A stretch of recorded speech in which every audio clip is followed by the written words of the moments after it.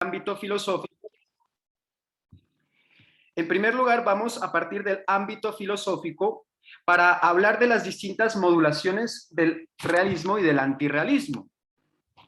En segunda instancia, vamos a pasar del ámbito científico al ámbito filosófico para explicar los rasgos básicos de la mecánica cuántica que han suscitado este debate.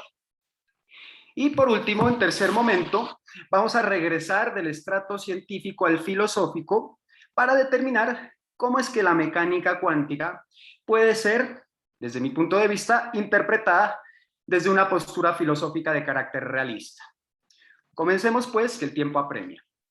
A esta primera sección le he denominado los múltiples rostros del realismo y del antirrealismo filosófico. Bueno, en una aproximación inicial, el realismo filosófico es aquella postura que considera que el conocimiento, y en nuestro caso, las teorías científicas suficientemente maduras, deben ser interpretadas como descripciones más o menos verdaderas de la realidad, aproximadamente verdaderas a la realidad. En contraparte, el antirrealismo filosófico engloba aquellas posturas que niegan de una u otra manera la existencia de las entidades postuladas por las teorías científicas y su cognoscibilidad efectiva. Al respecto, Ian Hacking nos dice lo siguiente: el realismo científico dice que las entidades, los estados y los procesos descritos por teorías correctas realmente existen. Aun cuando nuestras ciencias no puedan considerarse totalmente correctas, el realista sostiene que nos aproximamos a la verdad. Nuestro objetivo es el descubrimiento de la constitución interna de las cosas y el conocimiento de lo que habita en los más distantes confines del universo. El antirrealismo nos dice lo opuesto.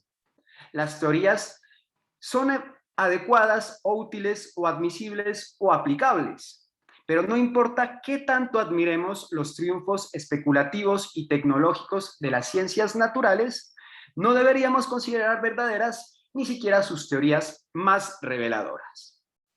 Bueno, siguiendo esta línea, podríamos decir que además de esta caracterización inicial sobre el realismo y el antirrealismo, cabe introducir algunas premisas adicionales que contribuyan a precisar un poco más la cuestión. De este modo, así, además de afirmar la existencia y la independencia de la realidad respecto de nosotros, el realista puede sostener estos postulados. 1. Nuestro conocimiento no versa únicamente sobre fenómenos, sino sobre el mundo real, de modo que no se reduce a construcciones sociales ni a meras herramientas conceptuales con fines utilitarios. 2. Nuestro conocimiento de la realidad contiene varias afirmaciones verdaderas sobre el mundo que no se restringen únicamente al ámbito de lo observable, sino que involucran terrenos ontológicos no observables. 3. La verdad debe entenderse en el sentido clásico de la correspondencia entre el contenido de nuestros enunciados y la realidad. 4. Nuestros conocimientos actuales son mejores que los del pasado, no solo porque resuelven más o mejores problemas, sino porque contienen más verdades. Y 5, la utilidad de nuestros conocimientos reside en que contienen muchas afirmaciones verdaderas sobre la realidad. Bueno, en contraparte, el antirrealismo filosófico también puede ser complementado con las siguientes tesis. 1. Nuestro conocimiento se refiere a nuestra experiencia fenoménica, pero no a la realidad en sí misma, de modo que puede ser comprendido como una construcción social o como una creencia útil a determinados fines. 2. Dado que no podemos conocer la realidad en sí misma, en tanto que el límite es el mundo fenoménico que aparece ante el pensamiento, tampoco es posible obtener un conocimiento objetivo sobre entidades o ámbitos en principio inobservables. 3. La verdad no debe comprenderse en términos de correspondencia entre el pensamiento y el mundo, sino en términos de intersubjetividad, consenso o incluso en términos de construcción sociocultural. 4. Los conocimientos actuales no son mejores que los del pasado, solo responden a contextos distintos y su validez es relativa a cada uno de ellos. Y 5, el éxito del conocimiento no reside en su verdad, sino en su utilidad instrumental. Bueno, naturalmente no es forzoso que los realistas filosóficos ni los antirrealistas filosóficos acepten todas estas tesis o que lo hagan en los mismos términos en que están aquí planteadas. Lo que sí se puede afirmar es que en el debate en torno al realismo filosófico, tales cuestiones deben ser consideradas si se busca ofrecer un análisis un poquito más exhaustivo. Bueno, además de resumir las anteriores premisas, podemos partir de autores como Antonio Diegues, Ilkanini Luoto o Carlos Madrid Casado y afirmar que el debate entre realismo y antirrealismo se articula a partir de tres instancias. La primera es la que hemos denominado el realismo ontológico o realismo de entidades, el cual pone en debate la existencia real o instrumental de las entidades teorizadas. En segundo término tenemos el problema del realismo y el antirrealismo epistemológico o de teorías, que refiere a la cuestión de definir si las teorías se aproximan objetivamente a los hechos y procesos teorizados o si son simples instrumentos predictivos que nada nos dicen sobre la realidad en sí misma. Y por último tenemos el problema del realismo progresivo y de su negación, según el cual se discute si las teorías constituyen una creciente y mejor comprensión de la realidad investigada o si corresponden a una sucesión de paradigmas discontinuos e inconmensurables, cada uno de los cuales no tiene por qué aproximarse a la verdad mejor que sus predecesores. Aquí tiene la tablita. Bueno, además de esto, cabe señalar que actualmente es imposible hablar de realismo y antirrealismo como bloques monolíticos, pues ambos se han ido ramificando en múltiples modulaciones. Por ejemplo, en la orilla realista podríamos distinguir el realismo conjetural de Karl Popper, los realismos críticos de Mario Bunge e Ilkanini Luoto, el realismo constructivo de Ronald Gill, el realismo materialista de Harty Field o el realismo interno de Hilary Putnam. Bueno, también tenemos el realismo experimental de Jan Hacking. Bueno, por otra parte, en la orilla antirrealista podríamos distinguir lo que es el instrumentalismo clásico de Stephen Toulmin, el instrumentalismo causalista de Nancy Cartwright, el empirismo constructivo de Bas van Fraassen, el pragmatismo relativista de Richard Rorty o incluso el historicismo relativista de Thomas Kuhn. Lo anterior revela que hablar de realismo con R mayúscula o hablar de antirrealismo con A mayúscula constituye en el peor de los casos un mito, ¿no? Una mistificación. Y en el mejor de los casos, pues, constituye una simplificación. Ahora, dado que el debate entre realistas y antirrealistas se encuentra estrechamente ligado con el problema de la verdad, todas estas vertientes del realismo y el antirrealismo filosófico que he citado pueden, a mi juicio, ser agrupadas en 4 modulaciones generales. Aquí he elaborado una tablita en la cual podemos ver que se encuentran las diferentes modulaciones de realismo y antirrealismo filosófico y adelante podemos ver que cada una encontramos unos números.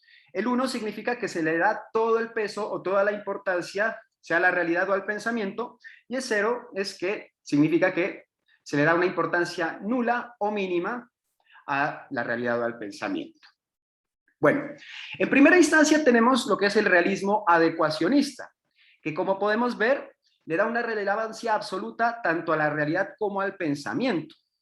El realismo adecuacionista se plantea como la concepción tradicional y espontánea profesada por la mayoría de científicos. Esta postura equivale a lo que se suele llamar como realismo ingenuo o realismo metafísico. Sus antecedentes se encuentran en el concepto de homoiosis o asimilación aristotélica y sus raíces directas se encuentran también en científicos como Galileo y como Siedemann. Este tipo de realismo comprende el conocimiento como una representación del mundo y en consecuencia la verdad como una especie de adecuación o correspondencia entre los modelos conceptuales y los hechos reales.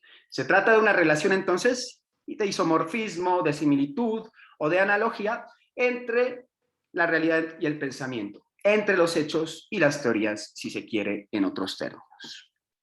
Bueno, en tiempos recientes, esta posición ha sido defendida por filósofos como Mario Bunge, como Ilkka Niiniluoto o como Stephen French. Bueno, filósofos que han intentado resolver la cuestión de cómo hacer compatibles los conceptos de la ciencia, obviamente con la estructura legaliforme del mundo. Bueno, en segunda instancia tenemos el antirrealismo descriptivista, que como podemos ver de acuerdo con la tabla, asigna un valor absoluto a los hechos, pero no comprendidos como hechos objetivos, sino como la experiencia del científico, y se le asigna un valor prácticamente nulo, o al menos muy reducido, a lo que es al pensamiento, o a lo que es la teoría. Este antirrealismo descriptivista concibe la verdad como un conjunto de enunciados o como un conjunto de datos registrados y archivados por el pensamiento, de modo que los modelos conceptuales constituyen instrumentos para lograr una descripción del mundo satisfactoria. En relación con esto, positivistas lógicos como Moritz Schlick señalan que el primer paso para la comprensión de la naturaleza depende de su descripción, la cual es equivalente al establecimiento de los hechos. Es decir, según esta perspectiva, los hechos se toman en el sentido puramente empírico, no necesariamente como eventos extramentales que manipulen objetos existentes en sí mismos. Bueno, en esta concepción, el conocimiento y la verdad se conciben además como cálculos axiomáticos, es decir, como sistemas de proposiciones que formulan leyes o funciones y que describen o reproducen los datos de las tablas de observación que se obtienen por vía empírica. En tiempos más recientes, esta concepción ha encontrado seguidores como Bas van Fraassen, para quien el conocimiento es un conjunto de creencias empíricamente adecuadas. Debido a esto, filósofos como Jan Hacking o como Nancy Cartwright se han referido a la filosofía de Van Fraassen como un positivismo contemporáneo o como un instrumentalismo sofisticado. Ahora, aunque Van Fraassen acepta que el conocimiento no solo debe describir, sino también explicar los hechos estudiados, en realidad solo acepta que lo importante son las descripciones, más no los hechos. Lo fundamental para Van Fraassen es que el pensamiento describa la realidad, esto es, que se adecúe empíricamente, de modo que el conocimiento y la verdad sirvan como instrumentos útiles para explicar los registros fenoménicos de la experiencia. En tercera instancia tenemos el antirrealismo teoreticista, que como podemos ver en la tabla, atribuye un valor absoluto al pensamiento, a la teoría, de ahí la denominación teoreticista, restando y a veces anulando el valor que se le da a los hechos o a la realidad entendidos como eventos objetivos. Este antirrealismo teoreticista considera que la verdad no dimana de los hechos, sino de otras verdades que conviene modificar. El teoreticismo ubica como núcleo de la verdad el pensamiento puramente teórico y proscribe cualquier referencia a lo empírico, y más aún, a lo real. En esta órbita, científicos como Poincaré han considerado que el conocimiento se sustenta en convenciones no arbitrarias que se llevan a la experiencia, no para determinar el valor de verdad, sino para evaluar cuán exitosas resultan en la experiencia.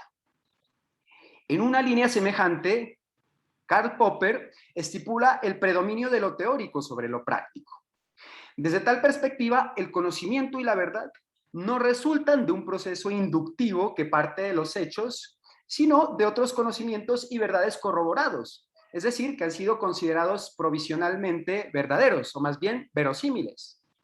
Como señala Carlos Madrid Casado, aunque Popper se autodenominó como realista crítico, su postura se resuelve, como él mismo viene a reconocer, en un realismo conjetural, que si es consecuente con su propio teoreticismo, ha de acabar desembocando en un instrumentalismo más o menos antirrealista. De modo semejante, los últimos trabajos de Hilary Putnam se comprometen con lo que este autor denomina realismo interno, aunque en la práctica poco queda del realismo, más queda de lo interno.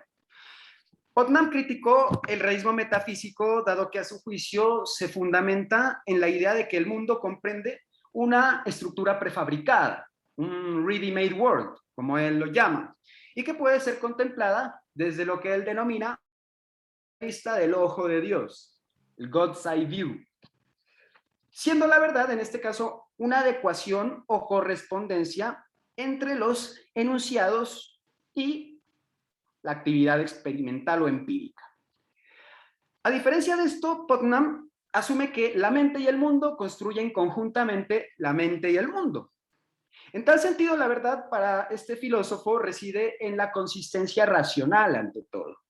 Nuestros conocimientos son verdaderos solo en la medida en que sean predictivamente exitosos, coherentes y comprensibles.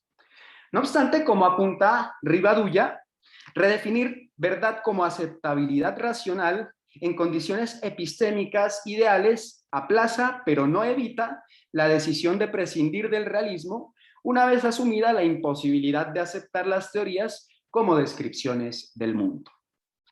Con diversos matices, en esta postura también podemos ubicar a Thomas Kuhn, a Paul Feyerabend, a Richard Rorty o a Larry Lautman, quienes han abrazado la idea de que el conocimiento es un instrumento cuyo fin es resolver problemas prácticos, más no un mecanismo para acceder a la realidad y, por decirlo así, arrancarle la verdad. Bueno, por último tenemos lo que hemos denominado aquí realismo circularista, que como podemos ver en la tabla, no asigna un valor absoluto ni a la realidad ni al pensamiento, ni a los hechos ni a las teorías, sino que concibe, como su nombre lo indica, en una relación circular, o si se quiere, dialéctica, entre ambas instancias de los hechos y de las teorías.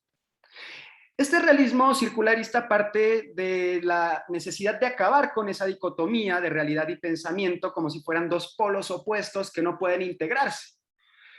Como ha planteado Carlos Madrid Casado, en esta frase que me parece muy chévere porque le hace un guiño a un relacatos, nos dice que toda práctica está cargada de teoría y recíprocamente toda teoría está cargada de práctica. La teoría sin práctica es vacía y la práctica sin teoría es ciega. En lugar de insistir en una rígida oposición, debe asumirse entonces que entre teorías y hechos se da una fértil circularidad. Desde el nuevo experimentalismo, Jan Hacking ha sostenido que el árbitro final en filosofía no es lo que pensamos, sino lo que hacemos. Aunque se considera a sí mismo como un realista mínimo que no acepta la objetividad de la verdad, en realidad Hacking se acerca a una postura circularista, pues considera que la verdad va dimanando de la interacción continua entre pensamiento y realidad. Por eso nos dice, la realidad tiene que ver con la causalidad y nuestras nociones de la realidad se forman a través de nuestras habilidades para cambiar el mundo. En este sentido, la concepción circularista de Hacking se vincula, podríamos decirlo, a la concepción materialista sostenida por Marx y Engels, para quienes la realidad puede ser conocida y sus verdades desentrañadas en el proceso de su propia transformación. De hecho, Hacking afirma por allá en 1996 que su ataque contra el antirrealismo científico es análogo al ataque de Marx contra el idealismo de su tiempo. Al respecto, podemos recordar la segunda tesis sobre Feuerbach que planteó Karl Marx y que dice que el problema de si al pensamiento humano se le puede atribuir una verdad objetiva no es un problema teórico, sino un problema práctico. Es en la práctica donde el hombre tiene que demostrar la verdad, es decir, la realidad y el poderío, la terrenalidad de su pensamiento. De este modo, intervenir en la realidad para obtener conocimientos y luego llevarlos a la realidad en un vaivén constante es la premisa para comprender la naturaleza de la verdad desde una perspectiva realista, purgada de todo adecuacionismo y de toda metafísica. Deformando un poco más que Madrid Casado, la 11ª tesis sobre Feuerbach, vamos a decir que los filósofos realistas se han limitado a interpretar la verdad como adecuación, pero de lo que se trata es de interpretarla como transformación. Y dicho esto, podemos pasar al segundo apartado de esta intervención. Bueno, a esta segunda parte la he denominado como la mecánica cuántica y los límites observacionales del mundo subatómico. Bueno, desde hace un siglo, la consolidación teórica de la mecánica cuántica ha venido transformando la imagen que tenemos de la naturaleza y más aún ha venido transformando nuestro propio mundo a través de esta revolución tecnológica que solo ha sido posible con base en sus aplicaciones.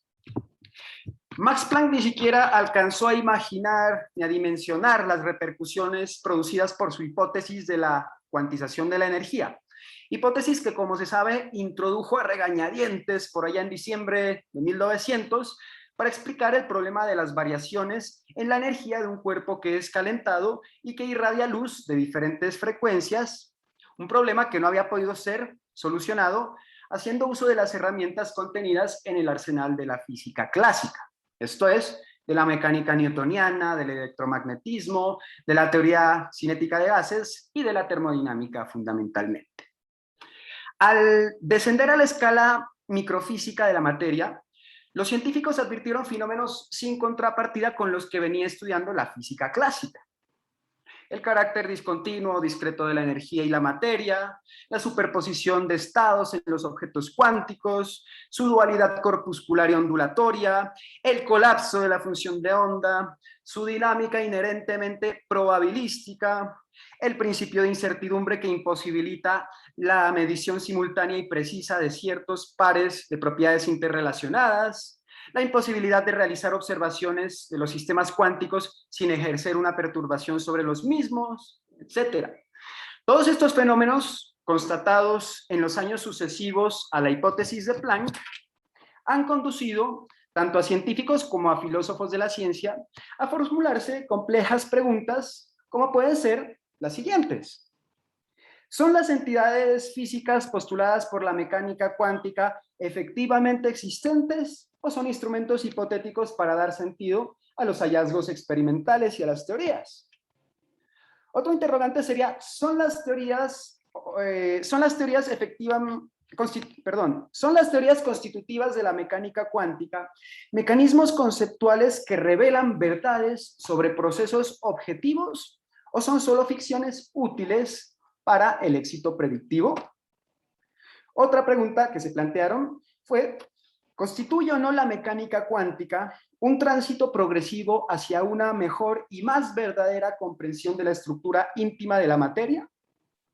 Y por último estaría la pregunta acerca de si implica o no la mecánica cuántica una refutación o una superación del paradigma de la filosofía clásica. Bueno, como anticipamos en la introducción, una vez consolidado el aparato formal de la mecánica cuántica, los esfuerzos de los científicos estuvieron enfocados sobre todo a esclarecer o a dilucidar su significado, tanto físico como filosófico, ontológico. En palabras de Niels Bohr, sabemos ahora, es cierto, que las dudas expresadas con frecuencia respecto a la realidad de los átomos eran exageradas gracias a que el maravilloso desarrollo del arte de la medición nos ha permitido estudiar los efectos individuales de los átomos. Con todo, ha sido el reconocimiento mismo de la divisibilidad limitada de los procesos físicos, simbolizada por el cuanto de acción, lo que ha justificado las dudas relativas al alcance de nuestras formas ordinarias de intuición cuando se las aplica a fenómenos atómicos. Ahora bien, puesto que en la observación de esos fenómenos no podemos despreciar la interacción entre el instrumento y el objeto de medida, de nuevo pasan a primer plano las cuestiones que refieren a las posibilidades de observación. Así, nos enfrentamos aquí, bajo una nueva luz, al problema de la objetividad de los fenómenos que ha suscitado siempre tanto interés en las discusiones filosóficas. Bueno, para ilustrar esto, tengamos en cuenta lo siguiente. Los valores correspondientes a las propiedades de los sistemas cuánticos, tales como la posición, el momento, la energía, el spin, son representados en la mecánica cuántica por la ecuación de onda postulada por Erwin Schrödinger por allá en 1926. A esta se le denomina ecuación de onda porque su estructura formal es semejante a las ecuaciones de onda clásicas y porque señala los aspectos ondulatorios asociados a sistemas cuánticos, como pueden ser los electrones o los fotones. En un principio, para Schrödinger, esta ecuación estaba vinculada a procesos vibratorios reales que se suceden al interior del átomo y que pueden ser representados como paquetes de ondas que permanecen unidos sin expandirse. No obstante, tal interpretación no explicaba cómo estos paquetes conservan dicha estabilidad sin dispersarse en el espacio, algo que se encontraba relacionado con el enigma cuántico de la naturaleza corpuscular y ondulatoria de los fenómenos subatómicos. ¿Cuál es entonces el auténtico significado de la función de onda? ¿Cómo se debe interpretar el comportamiento de un objeto que, presentando características corpusculares, describe patrones característicos de las ondas? Y viceversa. ¿Cómo interpretar el comportamiento de un objeto que, presentando características ondulatorias, manifiesta características simultáneamente propias de los fenómenos corpusculares?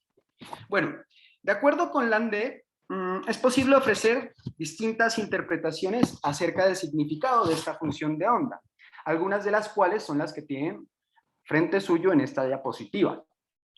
A. La función de onda se refiere a ciertas propiedades objetivas de sistemas microfísicos individuales. B. La función de onda no representa nada real, sino que es un instrumento matemático para calcular las probabilidades de obtener ciertos resultados a partir de mediciones efectuadas sobre sistemas microfísicos individuales. C. La función de onda describe nuestro estado de conocimiento sobre un sistema microfísico individual. D. La función de onda no representa una realidad actual, sino un conjunto de potencialidades susceptibles de actualizarse en determinadas condiciones experimentales. Y E, la función de onda describe el comportamiento de un conjunto de sistemas microfísicos, más nunca de un sistema individual. Bueno, a esta multiplicidad de posibilidades interpretativas debe sumarse una dificultad adicional. Me refiero al problema de la medición, que también se ha venido a conocer como el problema del colapso de la función de onda. De acuerdo con esto, mientras no se realiza ninguna medición sobre un sistema cuántico, su dinámica evoluciona de manera determinista de acuerdo con la ecuación de Schrödinger. Aquí debemos señalar que dicha evolución se manifiesta como la suma de todos los estados posibles superpuestos. Como ejemplo, podemos señalar que antes de cualquier proceso de medición, la orientación del spin de un electrón se describe, según la ecuación de Schrödinger, como la mezcla de sus dos estados posibles correspondientes, supongamos más un medio y menos un medio. Lo más inquietante es que cuando se realiza una medición de dicha propiedad del electrón, esto es, una vez que el sistema cuántico interactúa con el aparato macroscópico de medición, la superposición de estados colapsa instantáneamente, dando como resultado un valor definido, sea más un medio o sea menos un medio. El principal interrogante que aparece al respecto es ¿cómo se produce dicho salto? ¿Cómo es que un sistema en superposición de estados da lugar a un estado definido después del acto de medida? ¿Dicho colapso constituye un cambio que únicamente afecta a nuestro conocimiento del sistema o se trata de una auténtica transformación física introducida por el aparato de medición sobre el sistema medido? Bueno, para responder a estos interrogantes, los físicos cuánticos se agruparon principalmente en dos enfoques interpretativos.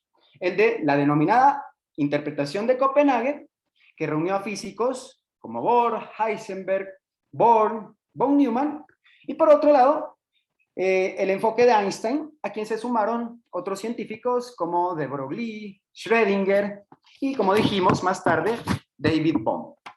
Bueno, la interpretación de Copenhague, que también ha venido a ser conocida como la interpretación ortodoxa o la interpretación estándar, reúne varios puntos de vista distintos, si bien mutuamente familiares. Para simplificar, la exposición de los postulados fundamentales de esta interpretación de Copenhague, vamos a enunciar, basándonos en Valladares y Ferramola, estas tres premisas. La primera sería que cada sistema físico está caracterizado por una función de onda que da la descripción completa del sistema. No existe descripción más detallada. Se dice que la función de onda especifica el estado cuántico del sistema. En segundo lugar, tenemos la premisa según la cual la función de onda determina la distribución de probabilidad de cada magnitud medible del sistema. Y en tercera instancia tenemos la premisa de que en el acto de medir se produce un cambio en la función de onda en el cual esta función colapsa y se transforma en una función compatible con el valor de la magnitud medida.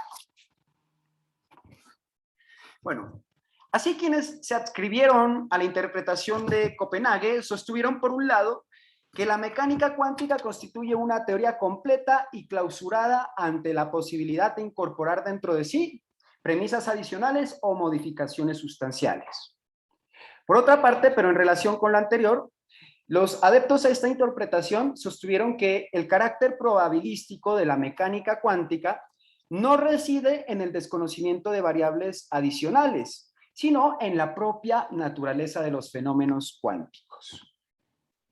Además, según la interpretación de Copenhague, el hecho de que el colapso de la función de onda y la ruptura abrupta de la superposición de estados se ocasione en el momento de la medición, sugería la imposibilidad de asumir que los sistemas cuánticos posean una forma de ser en sí misma, independientemente de los procesos de medición.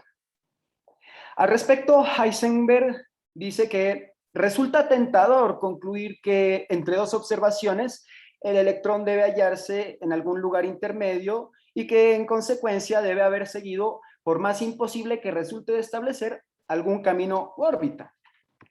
Pero como es sabido, Werner Heisenberg y sus colegas no cedieron ante esta tentación y consideraron de hecho absurdo afirmar que al margen del acto de medida sea posible hablar de, por ejemplo, electrones o fotones con trayectorias y otras propiedades que les sean inherentes y que se encuentren definidas.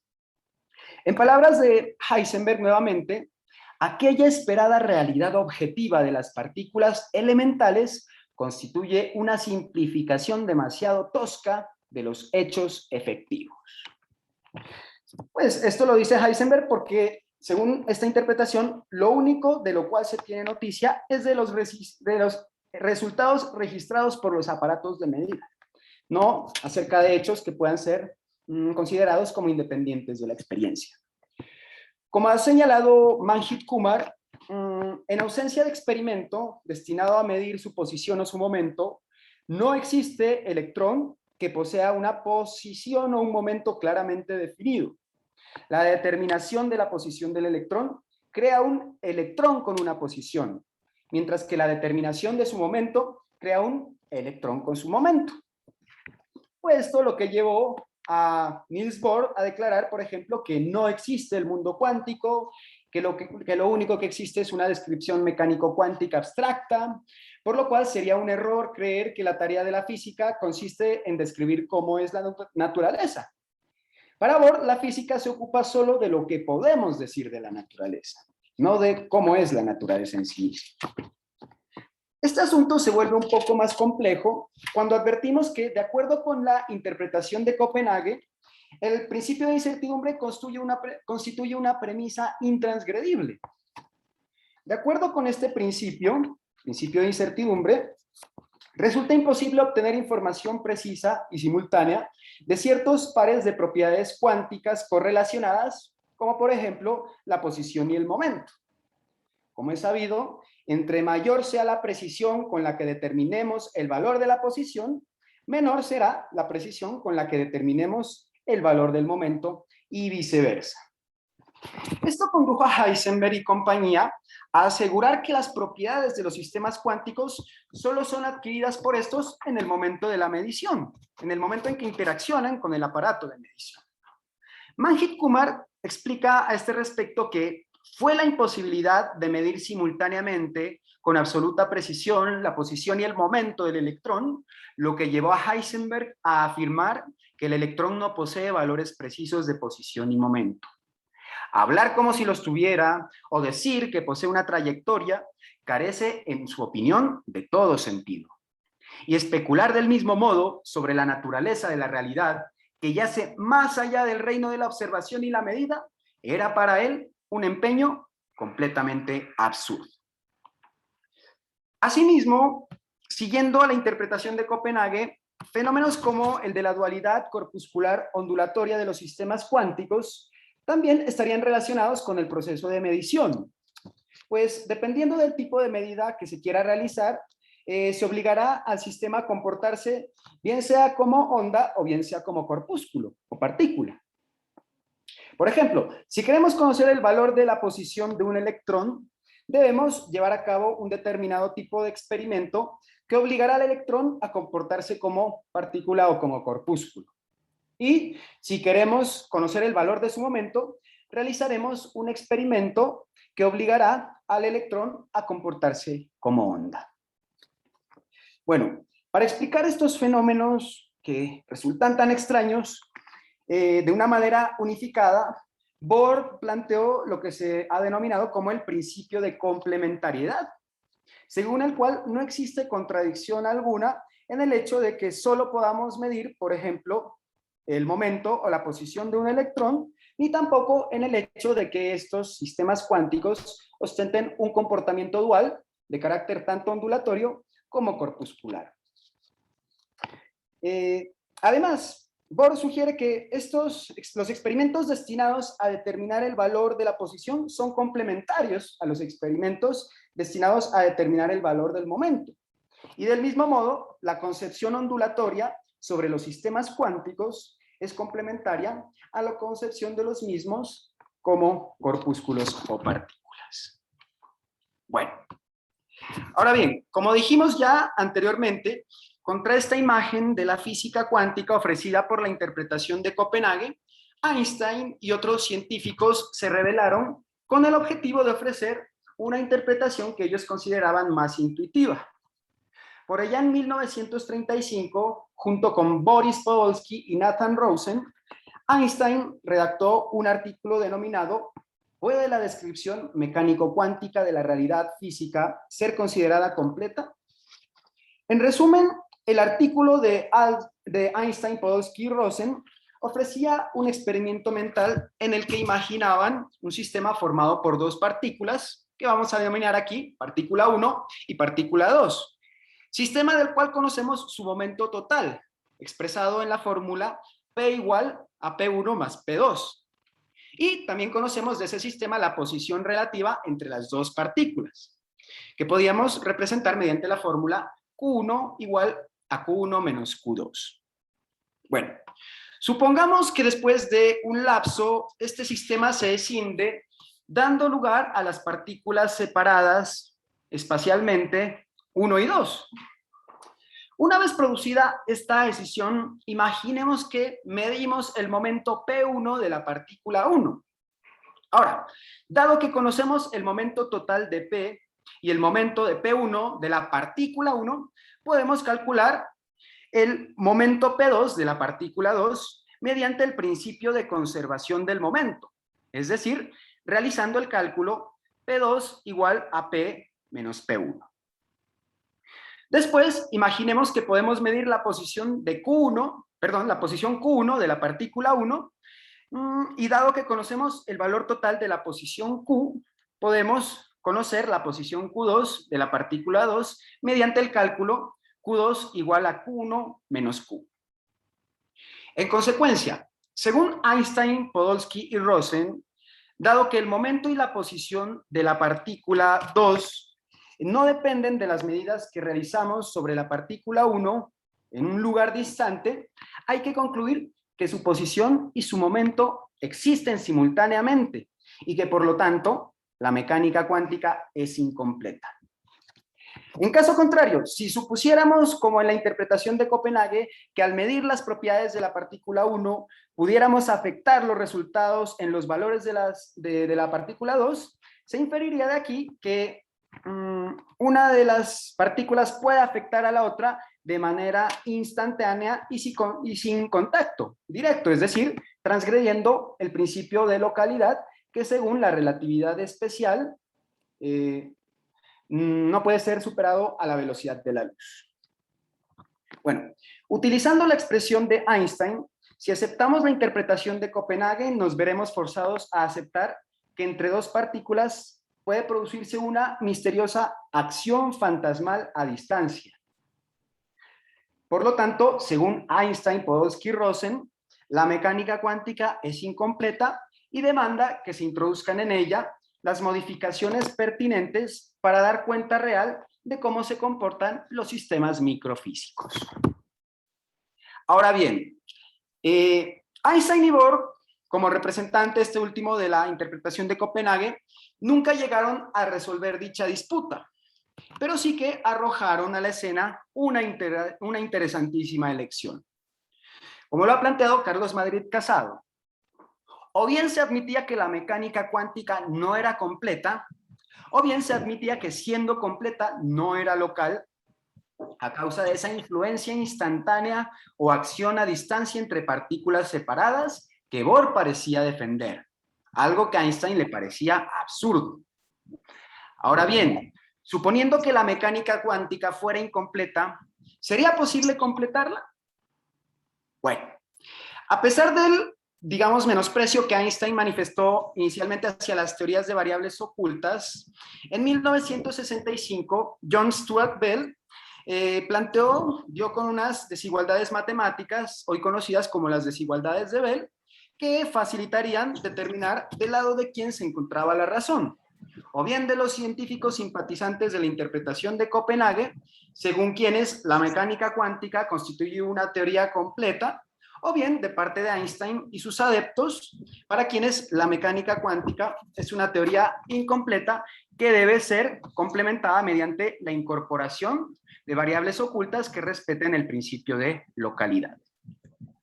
Con base en esto, Bell dedujo que en caso de que sea posible complementar la mecánica cuántica con variables ocultas locales, pues la interpretación de Copenhague, como es lógico, se revelaría como inconsistente.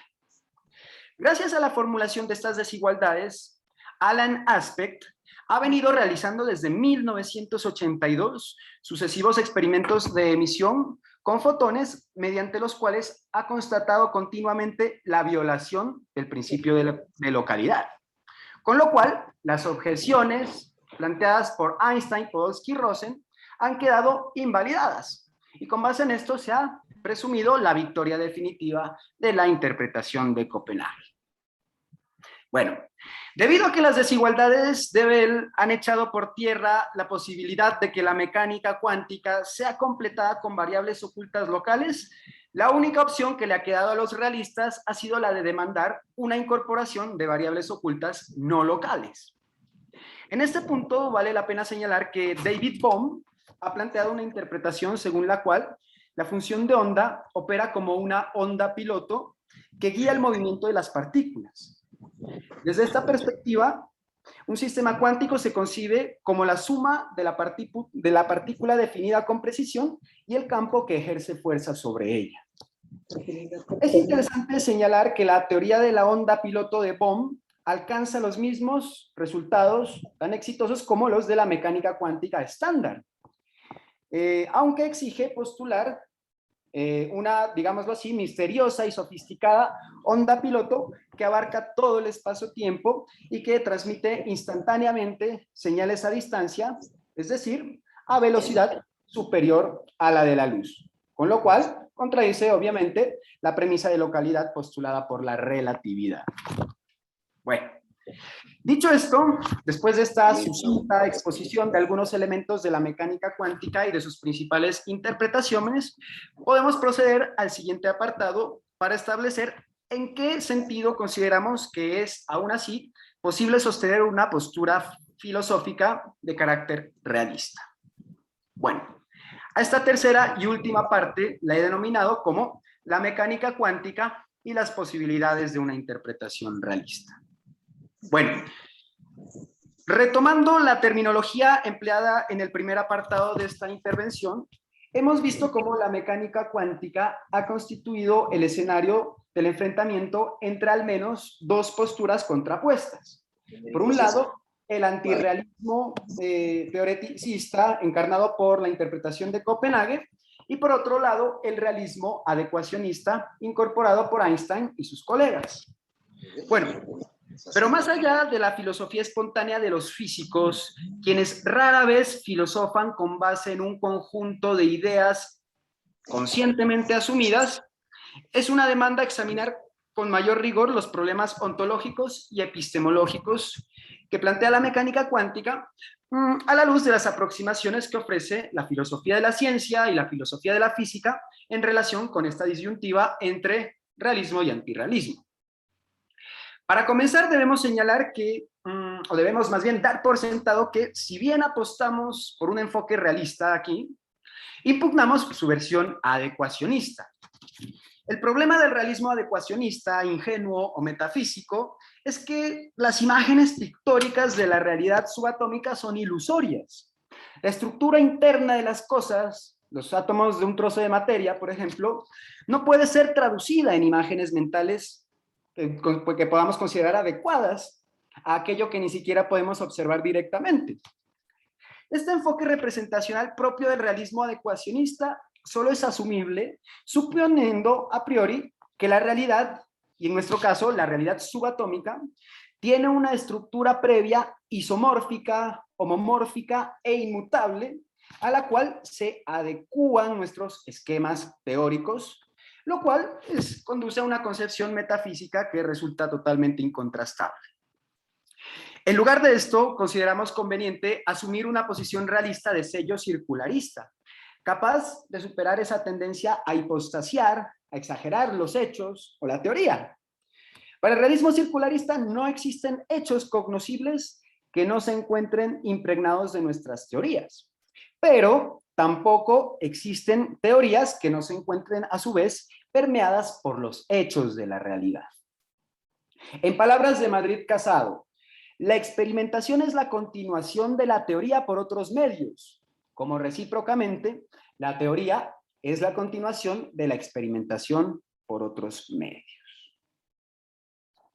De este modo tenemos que, a diferencia del realismo adecuacionista, nuestro realismo circularista plantea una circularidad dialéctica entre los hechos y la teoría, entre la realidad y el pensamiento, si se quieren utilizar esos términos que parecen un poquito problemáticos. Bueno, en particular debemos señalar que la mecánica cuántica no se ocupa de los procesos microfísicos de manera directa o inmediata. Los físicos investigan y manipulan las partículas subatómicas de forma mediata, no solo a través de complejos andamiajes teóricos y matemáticos, sino también a través de sofisticados aparatos o dispositivos tecnológicos construidos materialmente.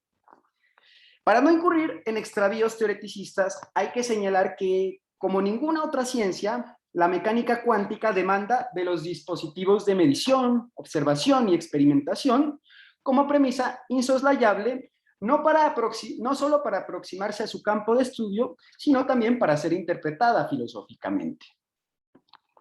Si bien el físico clásico se asemejaba a algo así como a un espectador pasivo de los hechos investigados, el físico cuántico opera simultáneamente como espectador y como actor. Pues mientras que la física clásica plantea procesos de medición que no modifican los objetos estudiados, en la mecánica cuántica, la interacción entre los aparatos de medida y los sistemas medidos conduce a una alteración irreductible de los segundos. Sin embargo, del hecho de que los procesos cuánticos solo se manifiesten de forma inmediata dentro de los aparatos, resulta al menos cuestionable inferir de esto que los sistemas cuánticos solo existan dentro de estos dispositivos. ¿Sí? Una cosa es decir que solo podamos observar esos eventos cuánticos a través de estos complejos dispositivos, y otra cosa es decir que no existan al margen de estos dispositivos. Bueno, si tenemos en cuenta estas observaciones, es fácil comprender que la mecánica cuántica, lejos de ser una ciencia etérea que solo se ocupa de formalismos y especulaciones sobre la naturaleza de la realidad, consiste en realidad en la ciencia de las radiaciones, incluso de las bombas atómicas, de los aceleradores de partículas, de los ciclotrones, los láseres, los superconductores y demás. Estos fenómenos atómicos, nucleares o cuánticos son objeto de observación en máquinas aceleradoras y demás dispositivos que permiten su manifestación material, no solo fenoménica. Los electrones, fotones y demás partículas son reales en tanto que pueden producir efectos sobre cuerpos que a primera vista son reales.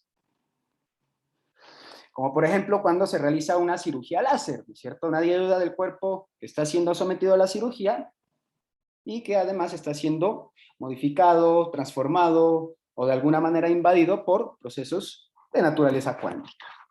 Bueno, como señala Gustavo Bueno, debemos decir que los electrones, los protones y los neutrones, y no sus símbolos o sus funciones de onda, son los que forman parte de la física nuclear. Ahora, desde nuestro punto de vista y apoyándonos con modificaciones en las ideas de Carlos Madrid Casado, las ciencias pueden ser visualizadas como multiplicidades de objetos que se disponen para configurar diversos tipos de relaciones. Al hacerse internas y necesarias, dichas relaciones dan lugar poco a poco a verdades científicas.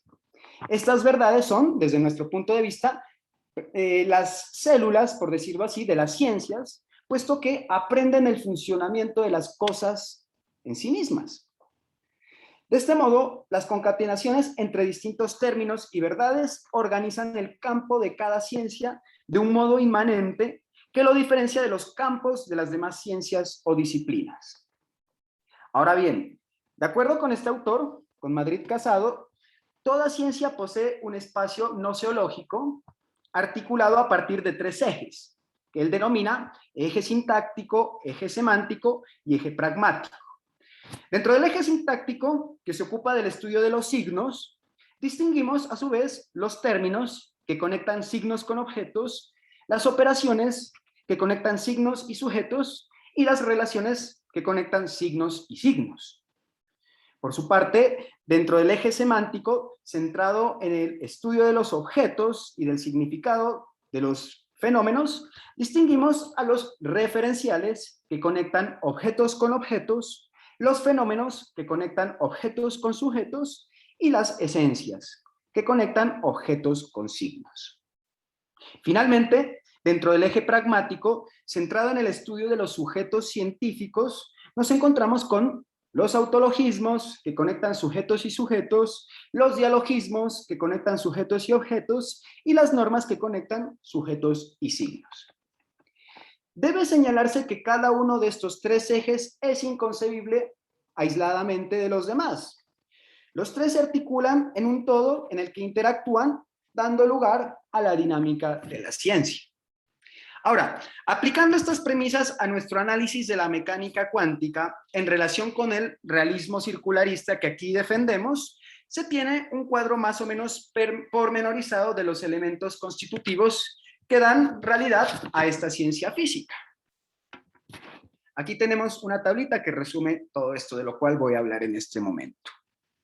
Bueno, con respecto a los términos, debemos decir que estos se manifiestan como los constituyentes básicos con los que operan los científicos.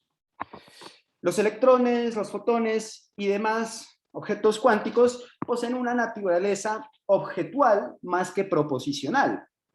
Como señala Madrid Casado, la mecánica cuántica no trata de funciones de onda, sino de partículas atómicas, cuyas expresiones dentro del formalismo cuántico son sus funciones. Por su parte, las operaciones son las acciones ejecutadas por los físicos cuánticos dentro del laboratorio y que se encuentran encaminadas, por ejemplo, a observar una determinada radiación o a medir la posición o el momento de una partícula. En cuanto a las relaciones, que son la última parte de este eje sintáctico, tenemos que consisten en vincular términos mediante diferentes operaciones tal y como sucede en las ecuaciones de Schrödinger o en el principio de incertidumbre de Heisenberg. Con respecto al eje semántico, tenemos que los referenciales constituyen los referentes fisicalistas con los que los físicos cuánticos operan. Es decir, las propiedades y los procesos de los objetos que son manipulados en contextos tales como los aceleradores de partículas. Por otro lado, los fenómenos, también dentro de este eje semántico, constituyen conjuntos de hechos observables fenoménicamente y que precisan de una explicación, tales como las radiaciones o las rayas espectrales. Y por último, dentro de este eje semántico, tenemos que las esencias se comprenden como estructuras construidas a partir de los fenómenos producidos mediante la observación de los referenciales fisicalistas. Como ejemplos podríamos ofrecer los modelos atómicos y nucleares y los espectros atómicos. Finalmente, dentro del eje pragmático, debemos señalar que las normas son aquellos procesos legales que dan coherencia y sistematicidad a la investigación y que pueden abarcar desde las leyes de la lógica y las reglas elementales de las matemáticas hasta aquellas reglas específicas como las de las cantidades cuánticas. En su lugar, dentro de este eje pragmático, los autologismos constituyen aquellos procedimientos epistemológicos que conectan al físico con su propia área de investigación y comprenden de este modo la inserción de la actividad psicológica dentro de la investigación científica. Por último, dentro del eje pragmático, tenemos que los dialogismos son también procedimientos epistemológicos que se encuentran basados en las relaciones instituidas entre los físicos. Como ejemplos de los autologismos dentro del eje pragmático podemos citar los principios individuales para la metodología de la investigación o incluso las propias intuiciones de los investigadores. Y dentro de los dialogismos podemos ubicar esas relaciones entre los diferentes físicos que han podido dar resultados fructíferos, como ha sido la colaboración entre Heisenberg, Born, Pascual Jordan, o como la labor de Schrödinger y sus colegas. Bueno.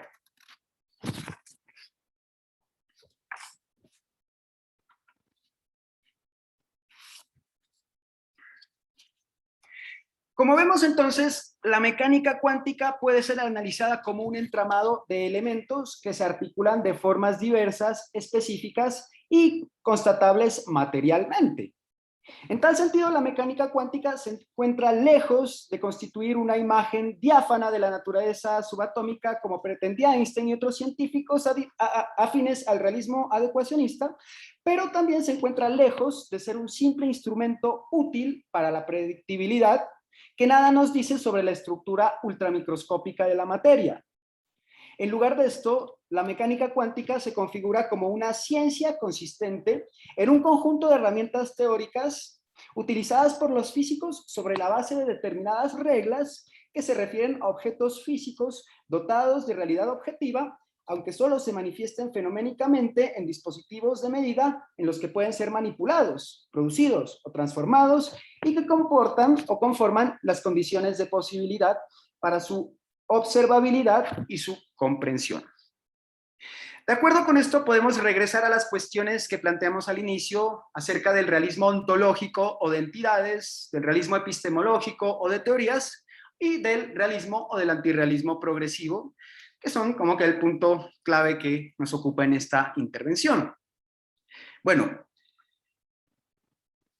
ante el problema del realismo ontológico o de entidades, responderemos que las entidades teorizadas de la mecánica cuántica sí poseen una realidad objetiva, aunque estas mismas se manifiesten observacionalmente de un modo indirecto y mediado que las entidades observacionales, a diferencia más bien que las entidades observacionales a escala macroscópica. Los protones, los electrones y los fotones, junto con sus propiedades y sus modos de ser, no pueden ser representados como imágenes definidas, aunque sí pueden ser comprendidos como unidades que involucran tanto referentes fisicalistas como manifestaciones fenoménicas y constructos conceptuales. Podemos afirmar entonces que las entidades cuánticas son reales porque podemos manipularlas. producirlas o transformarlas con fines deliberados en ciertos contextos determinantes para ejercer efectos físicos en objetos de los cuales no dudamos de su existencia. Bueno,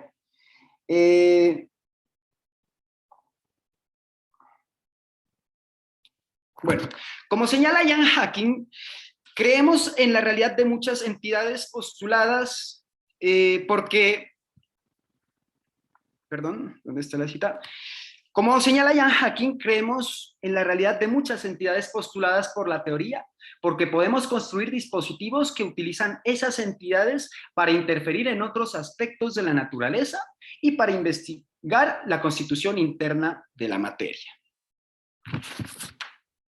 A lo que agrega en otra obra posterior que las entidades teóricas que no terminan siendo manipuladas terminan por lo general siendo tremendos errores. Bueno, en lo que concierne al problema del realismo epistemológico, debemos decir que los procesos microfísicos teorizados por la mecánica cuántica son reales y que sus aserciones sobre los mismos son al menos aproximadamente verdaderas. Como hemos señalado, esto no significa que la mecánica cuántica constituya un espejo de la naturaleza subatómica, ni mucho menos que se presente como una representación formal que se adecúe o que se corresponda de una manera exacta a una supuesta estructura inmutable del mundo cuántico. Tal como dijimos, nuestra concepción realista opera de un modo circularista o dialéctico, no adecuacionista, pues, como señala Gustavo Bueno, el adecuacionismo solo tiene sentido en el supuesto de que la materia tenga una estructura previa isomórfica, pero ¿cómo podríamos conocer científicamente tal estructura de la materia al margen de las propias formas científicas? Hay que insistir entonces en que la verdad en general y la verdad de la mecánica cuántica en particular se constituye en virtud de la tensión constante, de la tensión constante y multidireccional, diríamos, entre el trabajo teórico y la manipulación práctica de los hechos, entidades y procesos en cuestión. En palabras de Madrid Casado, las verdades resultan de las operaciones de los físicos cuánticos con los materiales, partículas, núcleos, átomos, aparatos característicos de esa ciencia, siendo la práctica investigativa de la mecánica cuántica el punto de acción recíproca entre la teoría y los hechos. Por lo tanto, para nosotros, la verdad de la mecánica cuántica se configura progresivamente en el curso de la transformación práctica de las entidades y de los procesos microfísicos, curso en el que poco a poco se van aprendiendo algunos rasgos sobre el funcionamiento objetivo de dichas entidades y de dichos procesos. Para demostrar esto, como en el cuadrito que he traído aquí en la gráfica, podemos ver cómo la verdad de la mecánica cuántica se ha ido construyendo poco a poco, se ha ido constituyendo más bien poco a poco a partir de las investigaciones atómicas, nucleares y radiactivas y espectroscópicas que dieron lugar al modelo atómico de Rutherford y que también dieron lugar al cuanto de acción descubierto por Planck y al cuanto de radiación descubierto por Einstein. Con base en el átomo de Rutherford y con base en la cuantización de la acción y de la energía y de la radiación, perdón, se constituyó el modelo atómico de Bohr, el cual dio origen a la antigua mecánica cuántica, que a su vez se bifurcó en lo que se ha venido a conocer como la mecánica matricial de Heisenberg y la mecánica ondulatoria de Schrödinger, mecánicas cuánticas que más adelante demostraron ser matemática y empíricamente equivalentes. Por último, estas dos últimas, la mecánica matricial y la mecánica ondulatoria, dieron lugar a la mecánica unificada de Paul Dirac y finalmente a la mecánica cuántica canónica de von Neumann.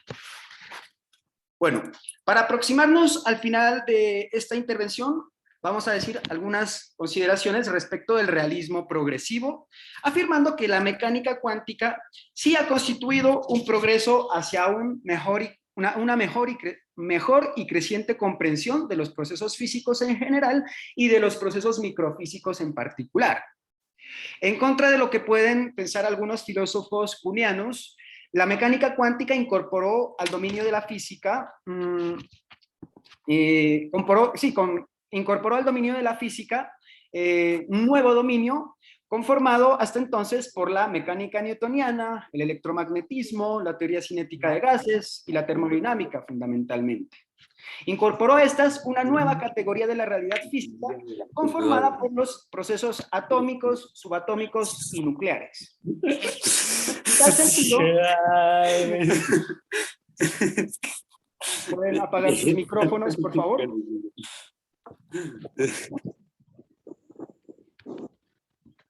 Bueno, en tal sentido, la revolución científica producida por la mecánica cuántica consiste no en la ruptura respecto del paradigma clásico y su reemplazo por otro inconmensurable con el anterior, sino en la constitución de una ciencia nueva.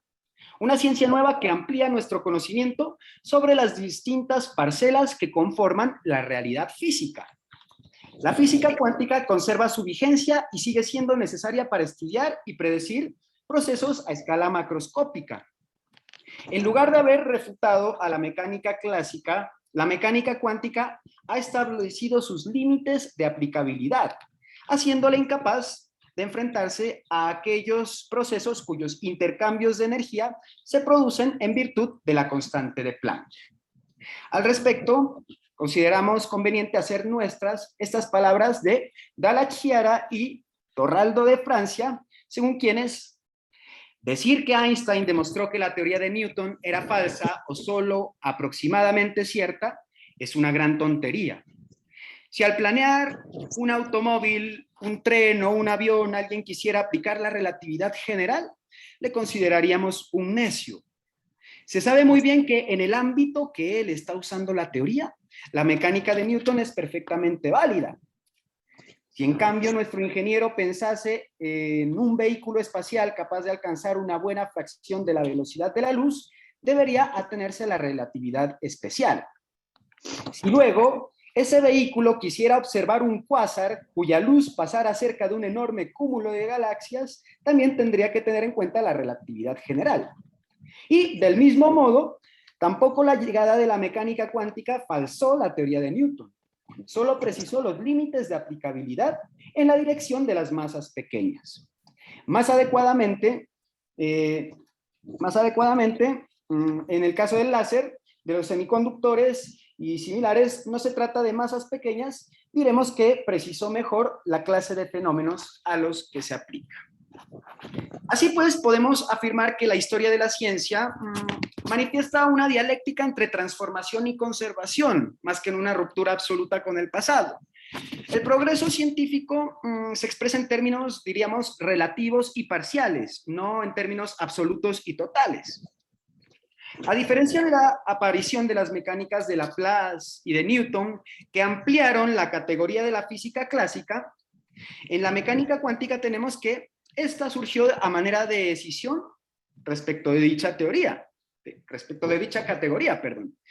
Sin embargo, aunque la física del siglo XX haya surgido como una decisión de la mecánica clásica, no puede afirmarse que la mecánica cuántica se haya desprendido totalmente de los tejidos básicos de la física clásica, puesto que habría sido inconcebible en ausencia de nociones clásicas, como por ejemplo la del hamiltoniano.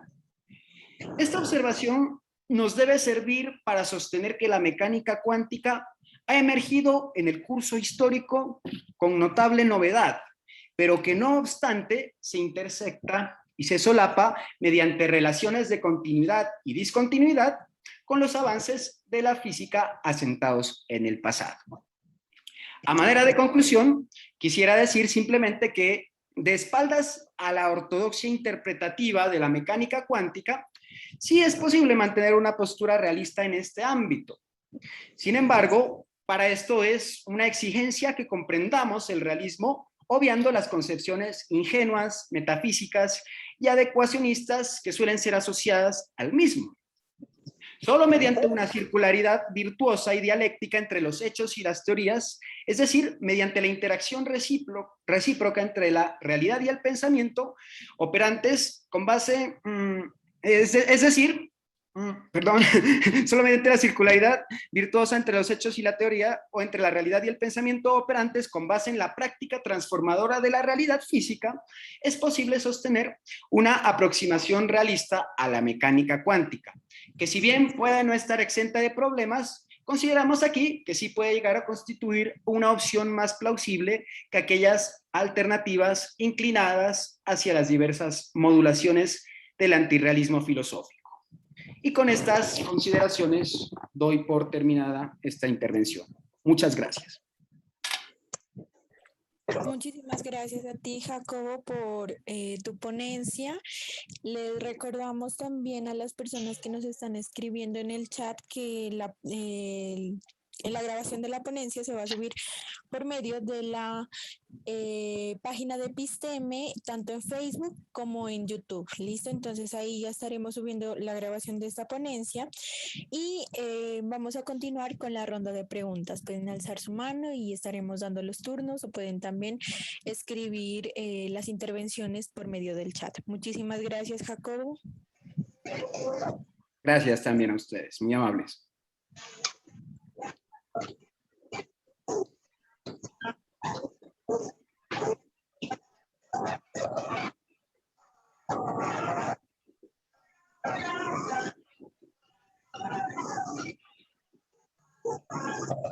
Bueno, los invito a que hagan todas sus preguntas, sus observaciones, sus críticas. Bienvenidas sean.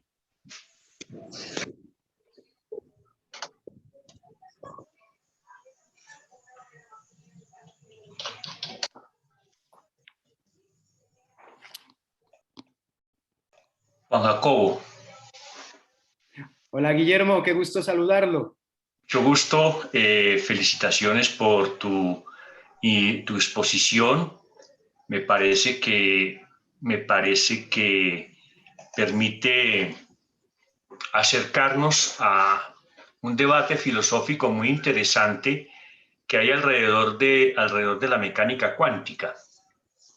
Yo quiero señalar simplemente cómo este debate está cruzado pues, por todo este tipo de concepciones que tú has enumerado, que yo las llamo materialistas e idealistas, y cómo, por ejemplo, la concepción de Copenhague, pues definitivamente es una concepción completamente idealista, a pesar de ser la que se llama, pues, o se considera como la interpretación estándar de la mecánica cuántica.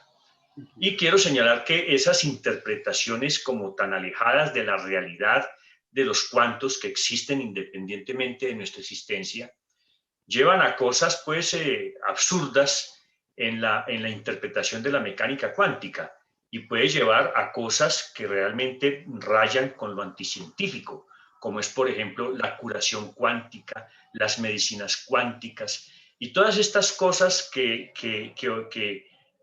desdicen o que distorsionan lo que son pues lo que es la física cuántica. Y finalmente señalar también pues que los cuantos, los electrones, el bosón de Higgs, todos los piones, todas las partículas subatómicas tienen una existencia real y eso se prueba es porque tienen aplicaciones prácticas. Tú señalabas como un láser, en una cirugía láser, pues en una cirugía láser es la interacción entre un fenómeno cuántico y un cuerpo humano. Y toda la tecnología, básicamente toda la tecnología de punta que existe en este momento, en el que estamos utilizando en este momento, es sobre la base de la mecánica cuántica.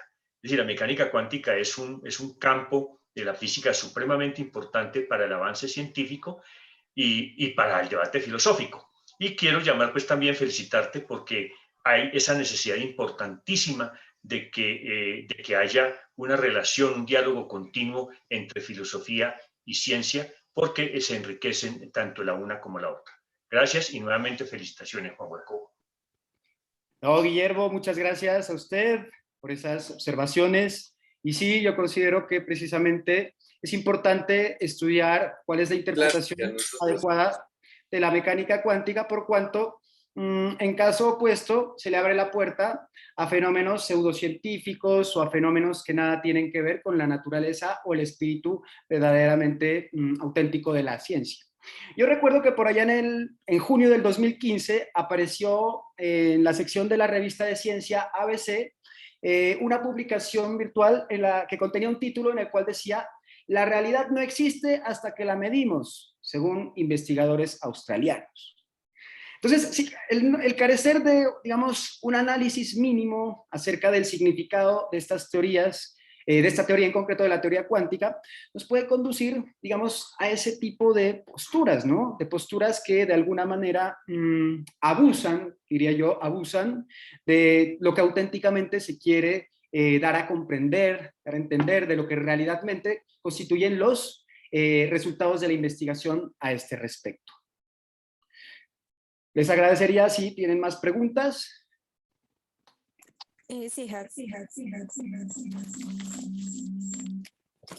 Sí, Jacobo, hay una preguntita en el chat y de ahí le damos paso a David C, que está ahí. La pregunta es de Wilber. ¿Se descarta el realismo aristotélico y sus doctrinas metafísicas? Pues de acuerdo con la postura que aquí hemos asumido, sí se la descarta, o al menos se postula que tiene serias limitaciones precisamente por su naturaleza metafísica. La concepción aristotélica, que en nuestro caso se correspondería a algo así con el realismo adecuacionista, consistiría en una, digamos, adecuación demasiado simple y demasiado, diríamos, tosca a veces entre los hechos y la teoría. De acuerdo con el realismo aristotélico, en este caso, habría que suponer que la realidad estudiada posee una estructura a priori e inmutable, lo cual constituye una premisa que resulta al menos incontrastable y por lo tanto problemática.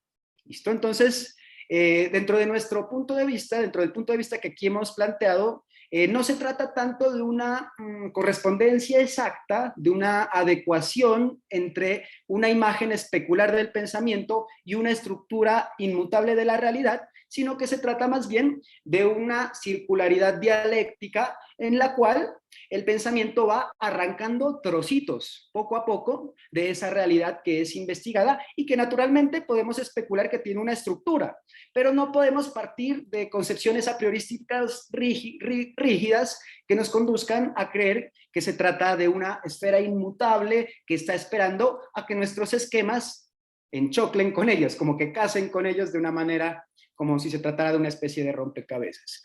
Entonces, el realismo aristotélico, pues aquí lo criticamos, precisamente es el que identificamos dentro de lo que hemos denominado realismo adecuacionista y que es el que la mayoría de realistas tal vez han concebido.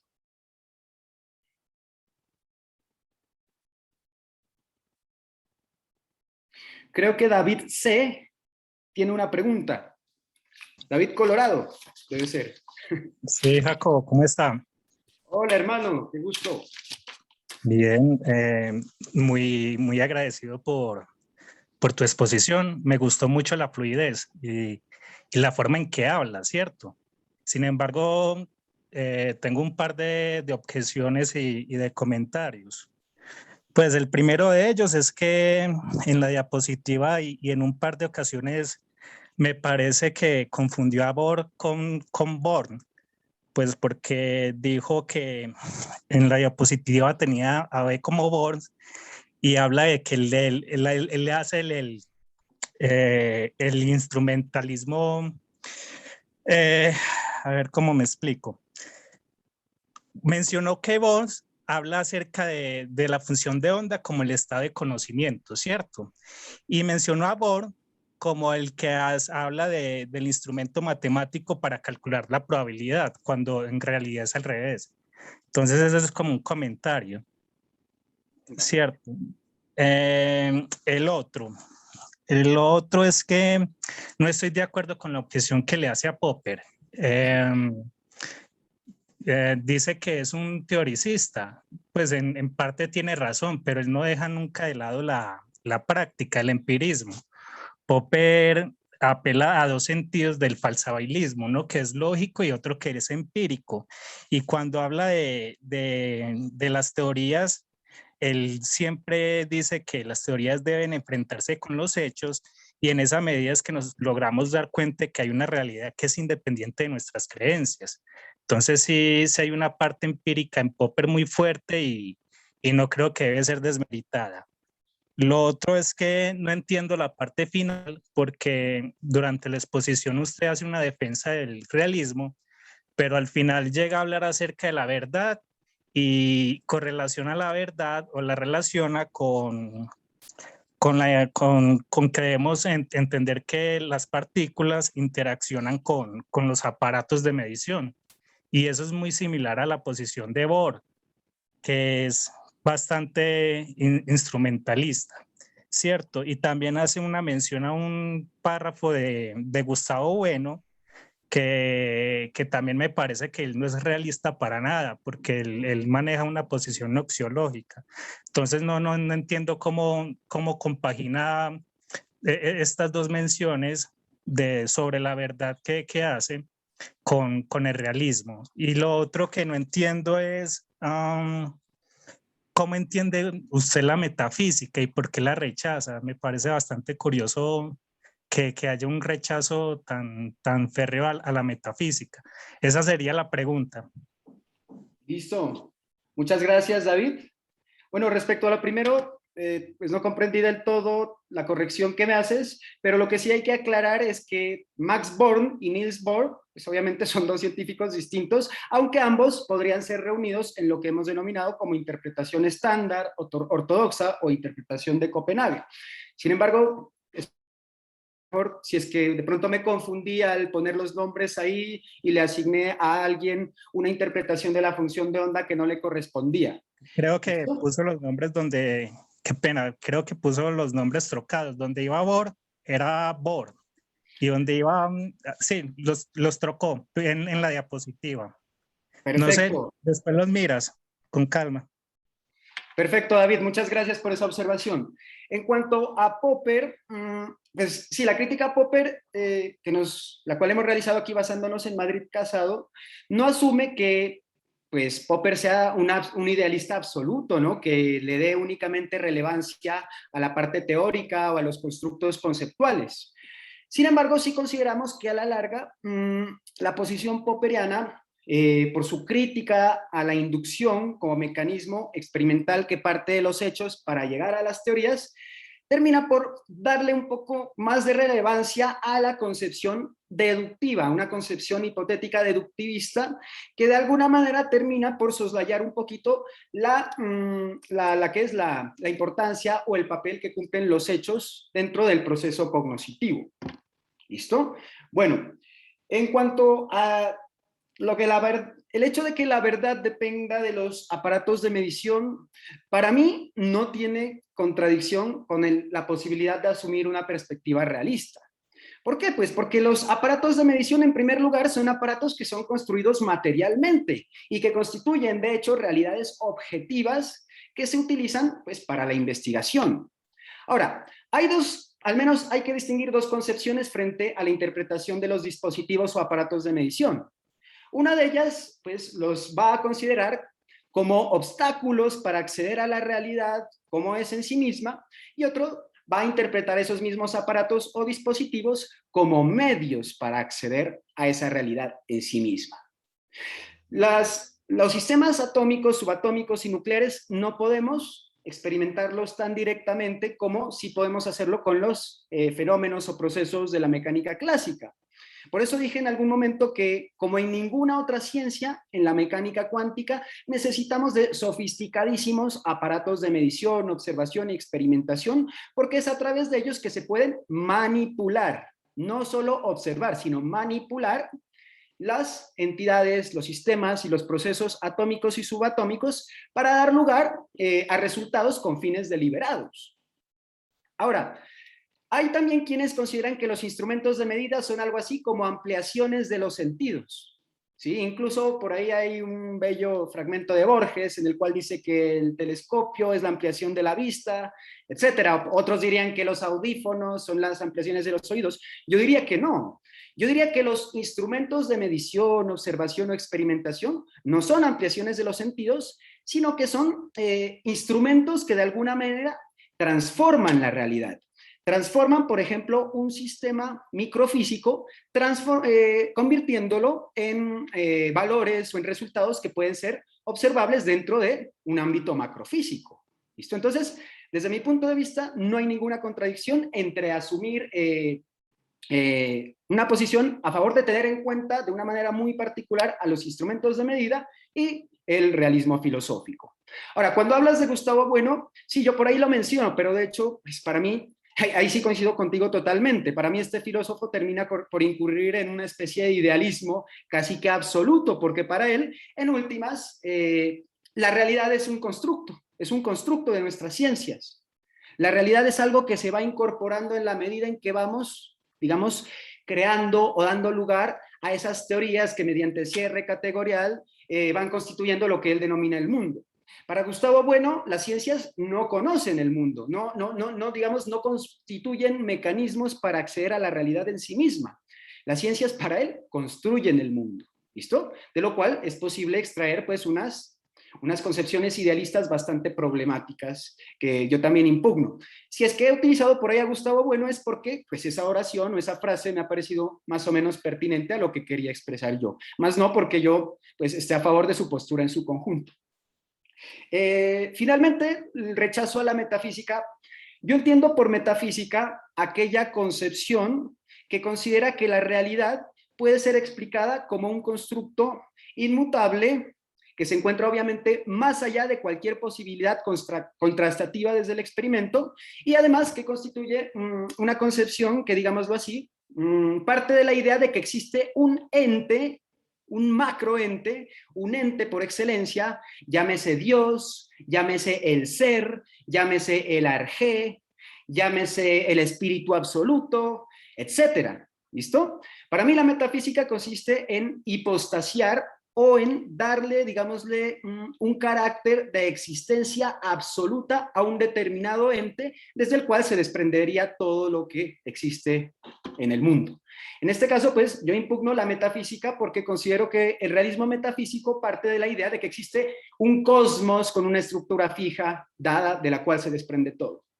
Para mí el cosmos no es una estructura fija dada, para mí el cosmos es algo que se está haciendo constantemente, es algo que está evolucionando, incluso uno no sabe si las leyes naturales puedan llegar a ser transformadas dentro de miles de años por la misma naturaleza, a causa de diversas catástrofes cósmicas, ¿no es cierto?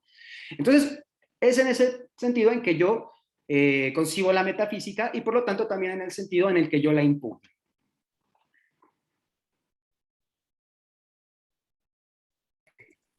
Listo, Jacobo, hay otras preguntitas en el chat. Richard Alexander Chacua dice, ¿qué terreno ontológico no observable se puede afirmar verdadero? Tesis realismo, punto 2 de la tesis, observable por vía, vista 20/20, microscopio, etcétera. A ver si entiendo la pregunta. ¿Qué terreno ontológico no observable podría ser adscrito al ámbito del realismo? Esa es una muy buena pregunta, ¿no? Porque precisamente la observabilidad es una de las cuestiones que ponen en jaque a los realistas o que les trae problemas a los realistas. A ver, déjame ver dónde la tengo esta premisa para leerla y de ahí realizar algún comentario. Bueno, dice, nuestro conocimiento de la realidad contiene varias afirmaciones verdaderas sobre el mundo que no se restringen únicamente al ámbito de lo observable, sino que involucran terrenos ontológicos no observables. Bueno, cuando yo estaba hablando de esta premisa, estaba hablando de la serie de premisas que pueden ser admitidas por un realista filosófico. Sin embargo, yo pues no dije en ningún momento, de hecho lo aclaré y dije que un realista filosófico puede asumir o no todas estas premisas, o puede asumir algunas, o puede asumirlas en diferentes términos. Desde mi punto de vista, lo observable a la larga, desde mi punto de vista, a la larga, lo real siempre termina de ser por ser observable, ¿sí? En ese punto yo no me adscribo a esa tesis del realismo, como tampoco me adscribo a la tercera que dice que la verdad debe entenderse en el sentido aristotélico como la adecuación precisa entre una estructura inmutable de la realidad y unas concepciones teóricas que encajan con ellas. ¿Listo? Entonces, yo considero que no existen terrenos ontológicos, o si lo existen, son muy problemáticos de ser contemplados desde el realismo. Por ejemplo, ¿qué son las relaciones? ¿En qué consiste la ontología de las relaciones? ¿Cuál es el estatus ontológico de las relaciones? ¿Sí? Algunos podrán decir que las relaciones son establecidas, pues, por un constructo epistemológico previo, que es el que concatena diferentes tipos de objetos, pero pues sería algo muy complicado también asignarle a las relaciones un estatuto puramente epistemológico, casi que en un sentido kantiano. Yo consideraría que no existen realmente, ¿no? No existen esos dominios inobservables que a su vez puedan ser interpretados realistamente, o si es que existen, son muy problemáticos y merecen un debate como el que acabo de decir. Las relaciones, o por ejemplo los conceptos universales, ¿sí? Este viejo debate que se remonta al medioevo, ¿sí? Nosotros no dudamos de que las ideas universales son muy importantes y que logran captar elementos reales de procesos microfísicos, objetivos reales e individuales. Pero la verdad es que resulta un poco problemático, o al menos discutible, establecer cuál es ese estatus ontológico de una idea universal.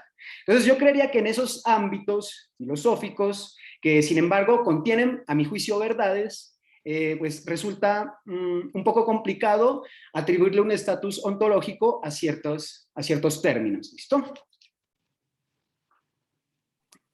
Listo, Jacobo.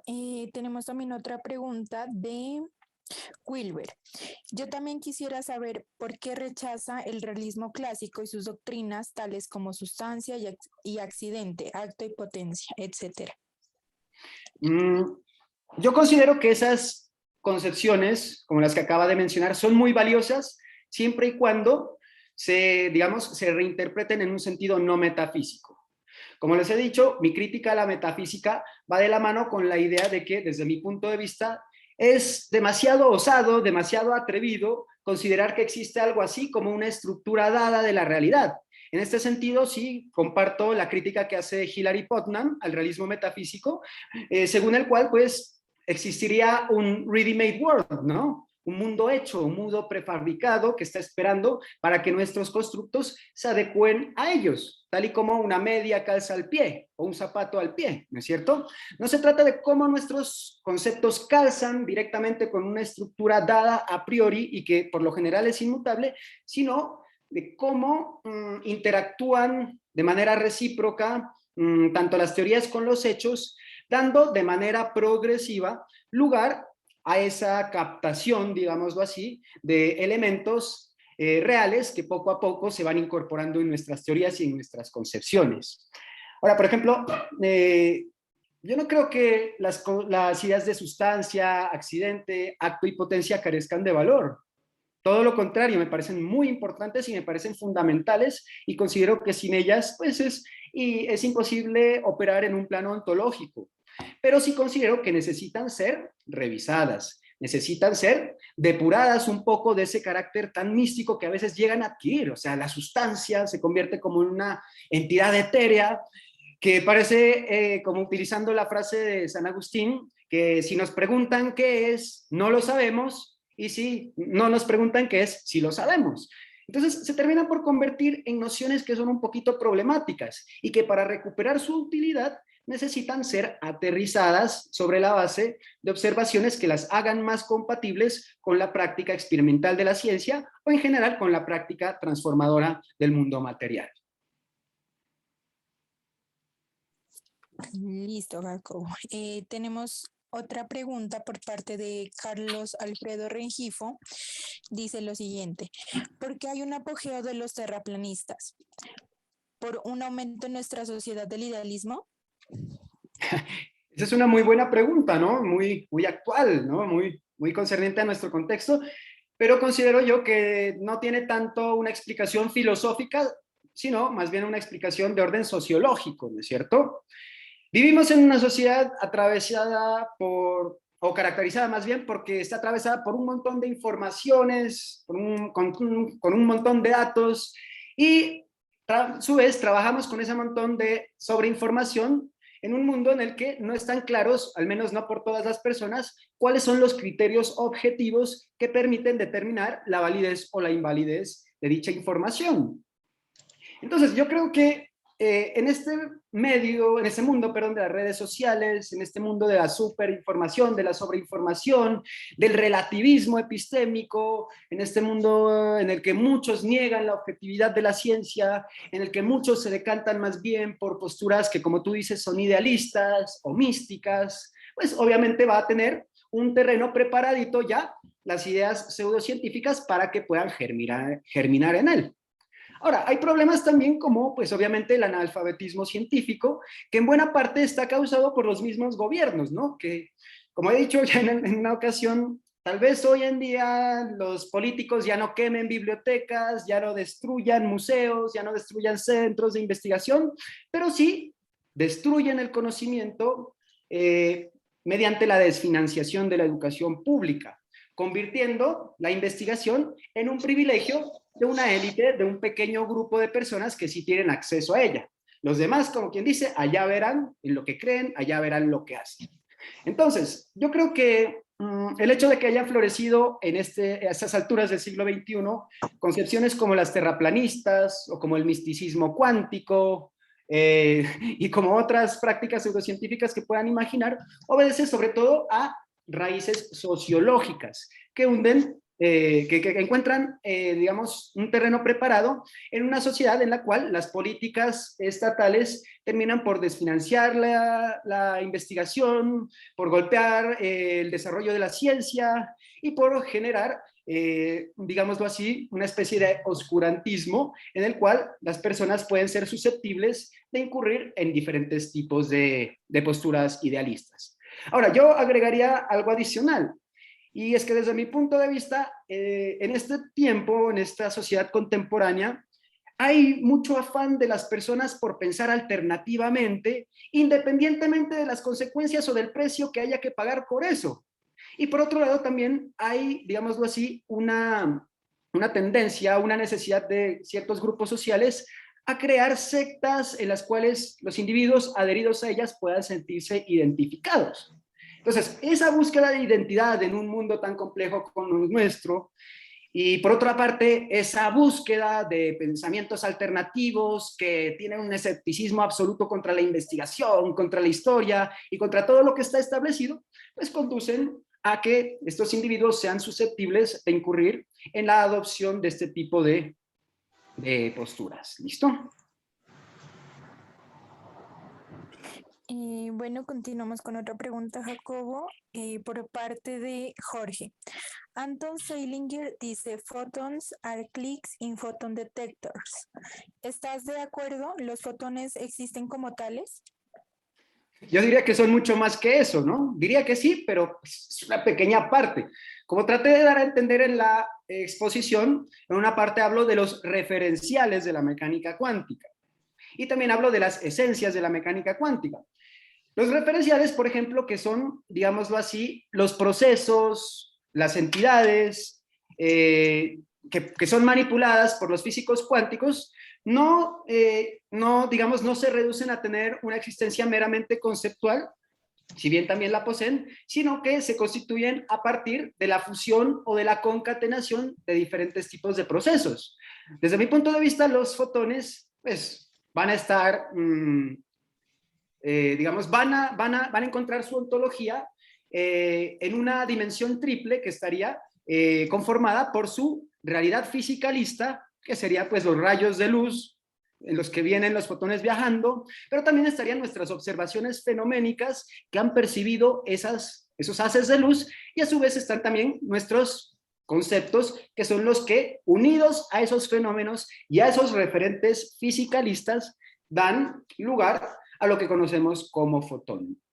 Ahora, desde un punto de vista, pues, un poco más ingenuo, pues yo diría que los fotones son entidades que existen, ¿no? Que existen objetivamente, con independencia de cualquier tipo de pensamiento, y que de hecho constituyen, pues, uno de los elementos básicos y constitutivos de nuestro universo. Sin embargo, volviendo a la pregunta, pues yo diría que no se reducen a eso, sino que constituyen tanto referentes fisicalistas que son experimentados a través de la actividad fenoménica y que posteriormente son conceptualizados mediante elaboraciones teóricas. Listo, Jacobo. Por aquí tenemos algunos comentarios también. Guillermo dice, recomiendo a todos el libro La derrota de Platón o La ciencia en el siglo XX, de Claude Alegre, Fondo de Cultura Económica. También tenemos algunos mensajes de felicitaciones para Jacobo y hay una pregunta que dice que si podrían tener tu correo electrónico para consultas posteriores. Con mucho gusto, yo ya lo comparto, ya lo escribo aquí por el chat. Listo. También recordarle que las ponencias quedan en el canal de YouTube, ¿listo? O en la página de Episteme de Facebook. Bueno, entonces, de pronto hay más preguntas, alguna otra participación, pueden activar sus micrófonos, pueden escribirlas por medio de chat.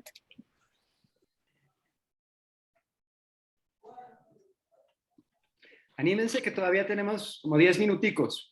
A ver, profe. Hombre, Jacobo, agradeciéndote mucho tu muy lograda, elaborada, nutrida conferencia. Yo diría es como un acercamiento, pues, a establecer un paralelo entre ese debate en la filosofía de la ciencia, filosofía del lenguaje, filosofía de la mente, como lo es el realismo y el antirrealismo, ¿sí? Como llevarlo pues a la física cuántica. Muy interesante lo que usted está haciendo, Jacobo, y con a lo que llega, pues, aunque no pude seguirle muy bien todo, a ese realismo circularista, ¿sí? En el que usted admite yo diría a la manera incluso kantiana, que usted no nombra, pero sí alude a esa unión entre conceptos e intuiciones sensibles, ¿sí? Que como decía el viejo Kant, los conceptos y intuiciones sensibles son vacíos de contenido, ¿cierto? Y las intuiciones sensibles sin conceptos serían ciegas. Que está presente en el mismo Kuhn que usted ha nombrado, ¿sí? En esa segunda, digamos, filosofía de Kuhn, la taxonómica, ¿sí? Que usa, o sea, que asume yo no lo presentaría del todo así como que no reconoce el mundo externo, sino como que a la manera kantiana, el mundo externo sería inconcebible, sería indeterminado, sería nouménico, como dice Kant, sin los conceptos.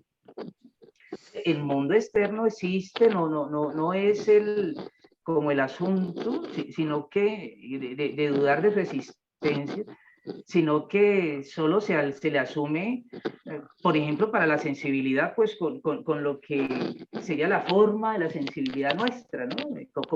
La manera como sentimos las cosas físicas, digamos, lo que nos llega del mundo físico. Y digamos, para pensarlo ya en términos de conocimiento, pues sin los conceptos o categorías, pues sería incognoscible, sería nouménico. Allí es donde, ya oyéndote lo último, la crítica que le haces a la metafísica, de pronto la veo centrada a algo que sería una parte sería una de las metafísicas que han existido en la historia de la filosofía. Ese mundo como dado que dices allí como quieto, como totalmente, o sea, como que no cambiara. Creo que te referías un poco hacia un mundo dado, ¿no? Pero no es...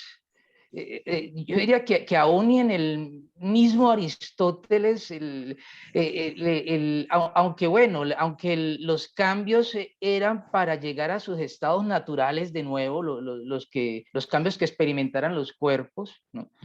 De ahí que hasta considerara que de la enfermedad a la salud hay un movimiento. O el volver el fuego hacia arriba, si es que lo encapsuláramos, ¿ok? Pero hay otra, o sea, eso sería una forma de paradigma, ¿no? Y la misma concepción astronómica que duró tanto, pues, hasta Galileo y Newton, ¿no? Allí hay revolución científica, pues, ¿no? Cuando se descubre, pues, que no es la Tierra el centro, que el Sol no es un planeta o que la Luna tampoco lo es. Sin embargo, pues, entre paradigmas hay conexiones, hay ciertos términos que permiten, o sea, no hay un cambio total, como pudiste manifestarlo, ¿sí? Porque sin ciertas conexiones, ¿sí?, sería imposible hablar de otro, pues, como un cambio de concepción que tiene una metafísica de base. Las mismas teorías científicas y bueno, y me disculpas muy por el lado de Kuhn, él veía que suponen algo, las teorías suponen a priori, ¿sí?, que son metafísica.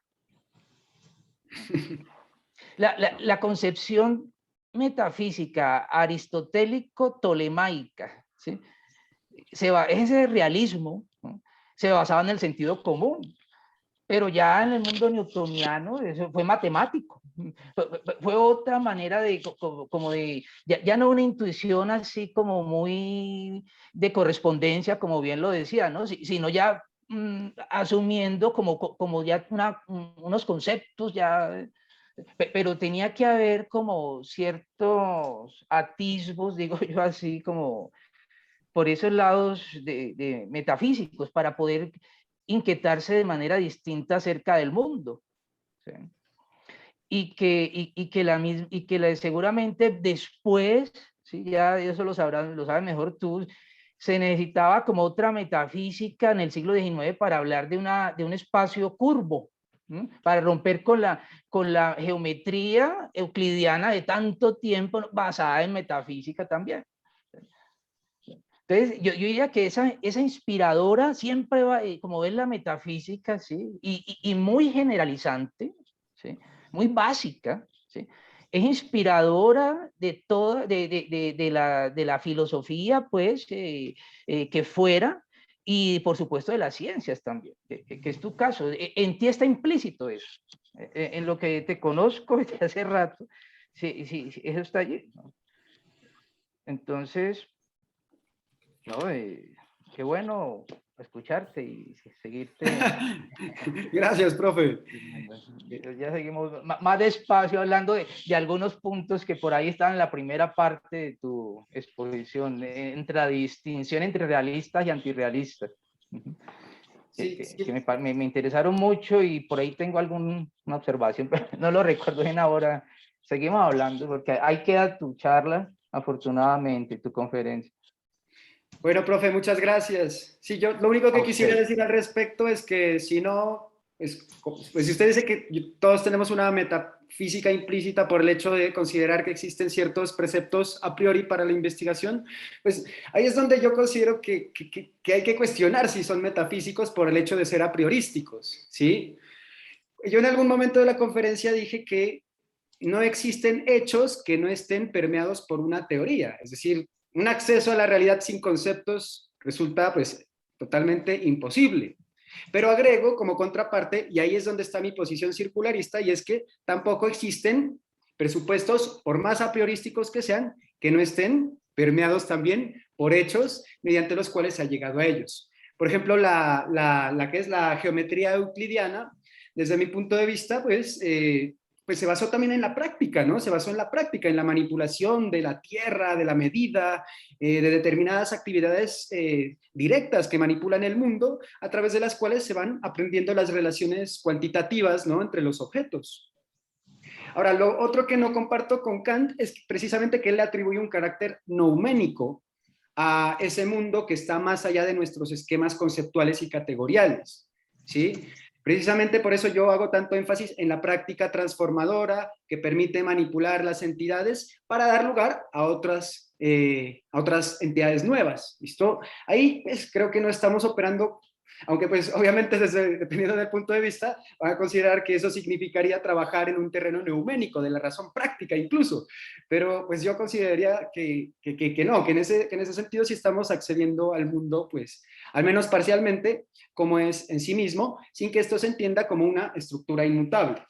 Y con respecto a la metafísica aristotélica, pues como usted muy bien lo ha dicho, si bien se admite el cambio y hay una metafísica del cambio muy interesante, a la larga el esquema general dentro del cual se articulan es un esquema teleológico en el cual las cosas deben irse articulando en el lugar que les corresponde de manera preestablecida. Entonces yo creo que eso es un poquito problemático y, y por eso creo que hay que revisarlo un poco. Pero muchas gracias, profe, por sus observaciones. No, lo del a priori no tiene que acompañar siempre a lo metafísico, ¿no? Muchas preconcepciones nuestras pueden estar basadas, de hecho, de la vida común. En eso soy un tanto humiano, Hume, ¿no? No, claro, no tiene que ser a priorístico, no. Lo que entraría allí como ciertas preconcepciones metafísicas que inspiran, ¿sí? Formas de ver el mundo y de estudiarlo, pues, incluso científicamente. Claro. Ajá, pues, Y por último, profe, me gustaría, y queridos asistentes, quería decir que nadie puede ser realista totalmente, ¿sí? Hasta el que se considere más realista tiene que admitir que hay entidades que no existen realmente, así sean, pues, los seres de ficción, los seres fantásticos, etcétera. Y del mismo modo, no se puede ser absolutamente antirrealista, porque un antirrealista siempre va a necesitar aceptar al menos una parte, así sea mínima, de la realidad que exista objetivamente. Incluso los nominalistas más extremos tienen que aceptar que al menos existen los nombres realmente. ¿Listo? Entonces, eso quisiera decir como para también aclarar que las concepciones realistas hay que modularlas, ¿no? Y que no hay que caer en esos extremos, ser un realista acérrimo, considerar que todo es real, o como un escéptico, un construccionista social acérrimo que considere que todo es un producto de las elaboraciones de la mente. Eso. Jacobo, tenemos la última preguntita. Dice, es de Rafael Chávez, dice, no, mentiras, es de Juan Pérez, sobre el vínculo de la física cuántica con el pensamiento hinduista. Y antes de que continúes con tu respuesta, recordarles que ahí en el chat dejamos los links, tanto de la página de Facebook como del canal de YouTube, en el cual subimos las grabaciones de las conferencias. ¿Listo? Bueno, esta pregunta es un poco compleja, ¿no es cierto? Porque nos estamos precisamente metiendo en una asociación de dos ámbitos que son tal vez demasiado disímiles como para ser correlacionados. En este caso tenemos pues una religión politeísta y por otro lado tenemos una ciencia que está ya bien madura y que ha demostrado precisamente a través de la práctica y de la tecnología ser válida. Yo he visto que hay personas, o hay científicos, incluso como el propio Schrödinger, que terminó incurriendo en la adopción de algunas posturas no hinduistas, pero sí budistas. ¿Sí?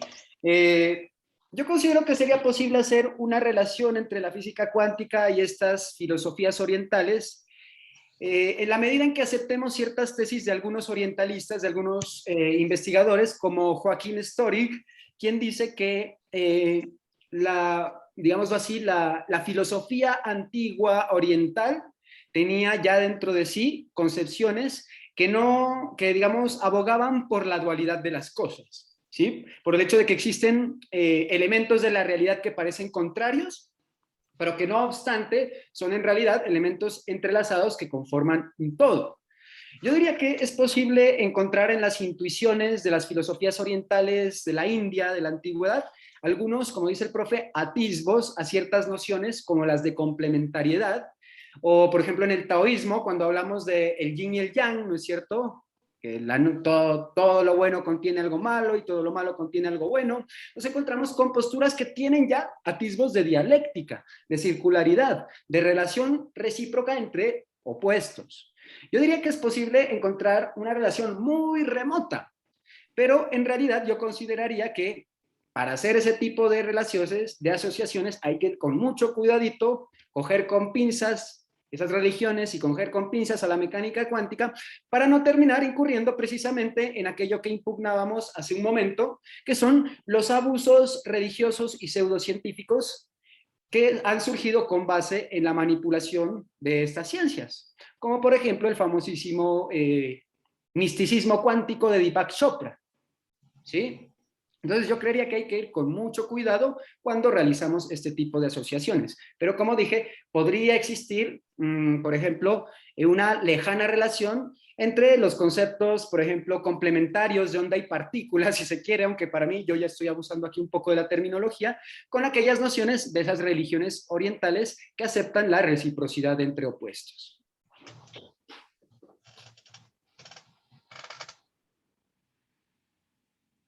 Bueno, listo. Entonces daríamos por finalizada tu ponencia. Te agradecemos de antemano nuevamente por tu participación en el Semillero Episteme. Muchísimas gracias, Jacobo, y también muchísimas gracias a los asistentes. Y les queremos también recordar que el próximo viernes será la última conferencia que se dará en este ciclo. ¿Listo? El nombre de la conferencia es el esquema conceptual y naturalismo social de Strawson en relación a los postulados de Hume y Wittgenstein, ¿sí? Entonces los esperamos y ya estaremos subiendo en el transcurso de hoy o de mañana tu conferencia, ¿listo? Entonces muchísimas gracias, Jacobo, muchísimas gracias a los asistentes y eso sería todo. Gracias a todos. Sí, muchas gracias a todos por su asistencia y a ustedes por el espacio del semillero, al cual estimo mucho, también he formado parte de él y espero también poder volver a participar en él. Entonces, qué gusto estar con ustedes. Qué gusto estar con ustedes y hasta la próxima, pues. Un abrazo a todos. Un abrazo a todos, amigos. Bueno, abrazo, saludos. Gracias. Saludos, Jeremy. Que estés muy bien. Gracias por trasnocharte un poco por allá. Sí, felicitaciones. Súper clara, concisa, me ha encantado. Enhorabuena. Muchas gracias, Jeremy. Muy amable. Ya estaremos en contacto, compañero. Claro que sí. Saludos. Listo. Chao. Chao. Chao.